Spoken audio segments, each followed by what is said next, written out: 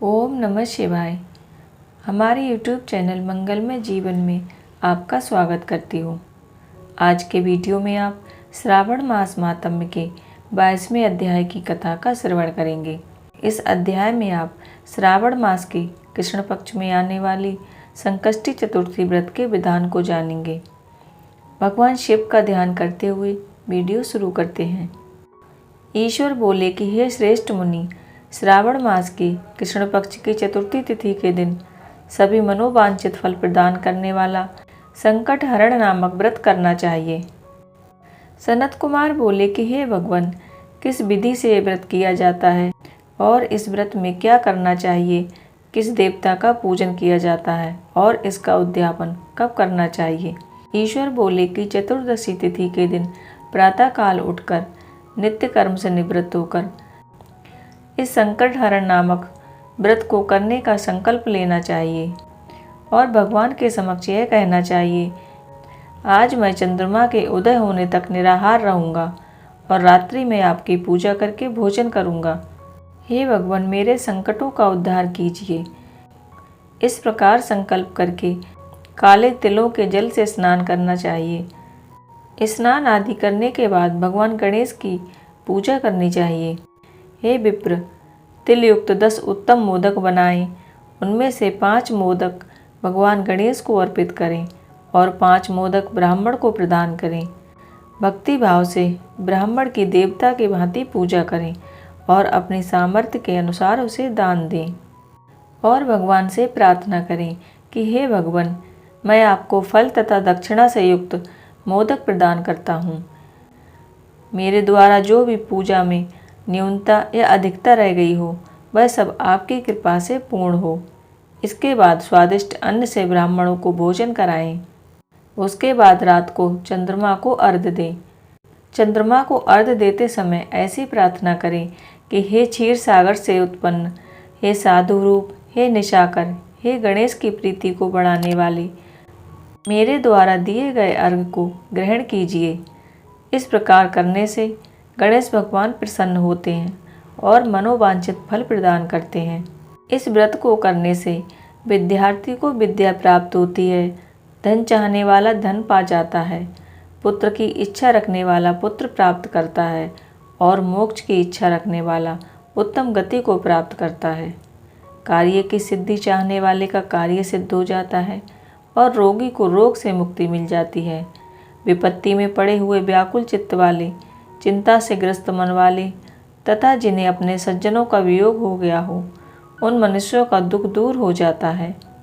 यह व्रत मनुष्यों के सभी कष्टों का निवारण करने वाला, उन्हें सभी अभीष्ट फल प्रदान करने वाला तथा पुत्र पौत्र आदि देने वाला और सभी प्रकार की संपत्ति प्रदान करने वाला है।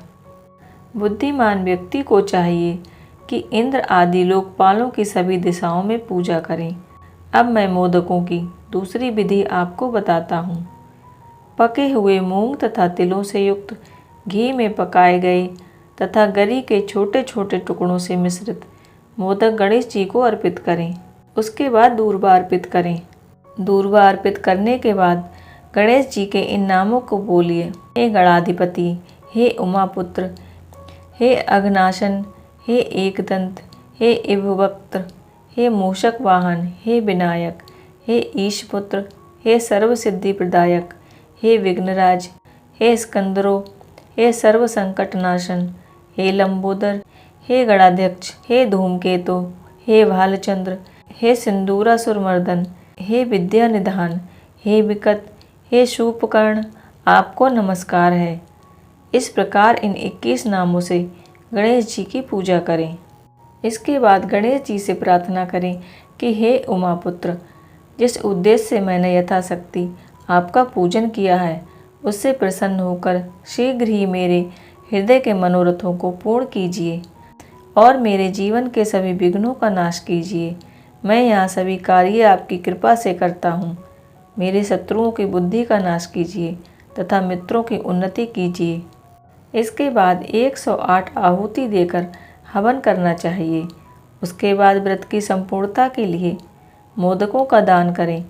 उस समय यह कहें कि गणेश जी की प्रसन्नता के लिए मैं 7 लड्डुओं तथा 7 मोदकों का वायन फल सहित ब्राह्मण को प्रदान करता हूँ। इसके बाद पुण्यदायिनी कथा सुनकर चंद्रमा को अर्घ्य प्रदान करें और चंद्रमा से प्रार्थना करें कि हे क्षीर सागर से उत्पन्न, अग्निगोत्र में उत्पन्न हे चंद्र, रोहिणी सहित आप मेरे द्वारा दिए गए अर्घ्य को स्वीकार कीजिए। इसके बाद भगवान से क्षमा प्रार्थना करें और ब्राह्मणों को दान दें और उन्हें भोजन कराएं। ब्राह्मणों को भोजन कराने के बाद स्वयं मौन होकर भोजन करें। इस प्रकार 3 या 4 मास तक विधान पूर्वक इस व्रत को करें।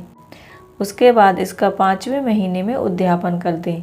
उद्यापन के लिए अपनी सामर्थ्य के अनुसार सोने चांदी या मिट्टी की गणेश जी की प्रतिमा लेकर विधि विधान से चंदन, सुगंधित द्रव्य, अनेक प्रकार के पुष्पों से भगवान की पूजा करनी चाहिए।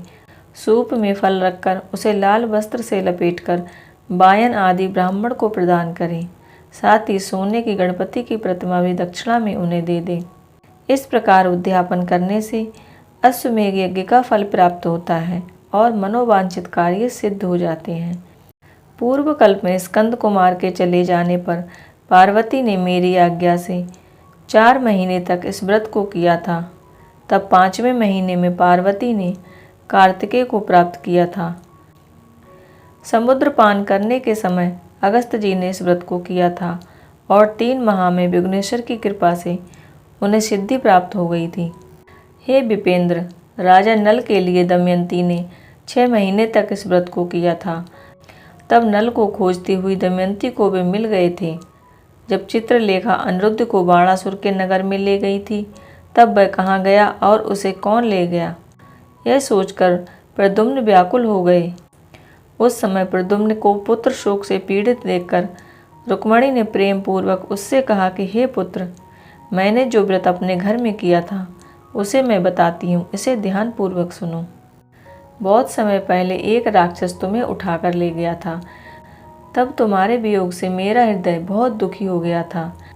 उस समय अन्य स्त्रियों के पुत्रों को देखकर मेरा हृदय विदीर्ण हो जाता था और मैं सोचती कहीं यह मेरा पुत्र ही तो नहीं है। इसी चिंता में व्याकुल हुए मेरे अनेक वर्ष बीत गए। तब दैव योग से लोमस ऋषि मेरे घर आए। उन्होंने समस्त चिंताओं को दूर करने वाला संकष्टी चतुर्थी व्रत का विधान बताया और मैंने 4 महीने तक इसे किया। उसी के प्रभाव से तुम संबरासुर को युद्ध में मारकर आ गए थे। अतः हे पुत्र, इस व्रत की विधि जानकर तुम भी इसे करो, इससे तुम्हें अपने पुत्र का पता चल जाएगा। हे विप्र, प्रद्युम्न ने यह व्रत करके गणेश जी को प्रसन्न किया। तब नारद जी से उन्होंने सुना कि अनिरुद्ध बाणासुर के नगर में है। इसके बाद बाणासुर के नगर में जाकर उन्होंने अत्यंत भीषण युद्ध करके और संग्राम में शिव सहित बाणासुर को जीतकर पुत्र वधु सहित अनिरुद्ध को प्रद्युम्न घर ले आए थे। हे मुनि, इसी प्रकार अन्य देवताओं तथा असुरों ने भी विघ्नेश की प्रसन्नता के लिए यह व्रत किया था। हे सनत कुमार, इस व्रत के समान सभी सिद्धियां देने वाला इस लोक में कोई भी व्रत नहीं है। जो भक्त ना हो, नास्तिक हो तथा जो हठी हो, अहंकारी हो, उसको इस व्रत का उपदेश नहीं देना चाहिए। अपितु पुत्र, शिष्य, श्रद्धालु तथा सज्जन को इसका उपदेश देना चाहिए। तुम मेरे प्रिय हो तथा लोकोपकार करने वाले हो, अतः मैंने तुम्हारे लिए इस व्रत का उपदेश किया। इस प्रकार श्री स्कंद पुराण के अंतर्गत ईश्वर सनत कुमार संवाद में श्रावण मास मातम 22वां अध्याय पूर्ण हुआ। भगवान गणेश आपके जीवन के सभी संकटों को दूर करें। इसी प्रार्थना के साथ आज का वीडियो यहीं पर समाप्त करती हूँ।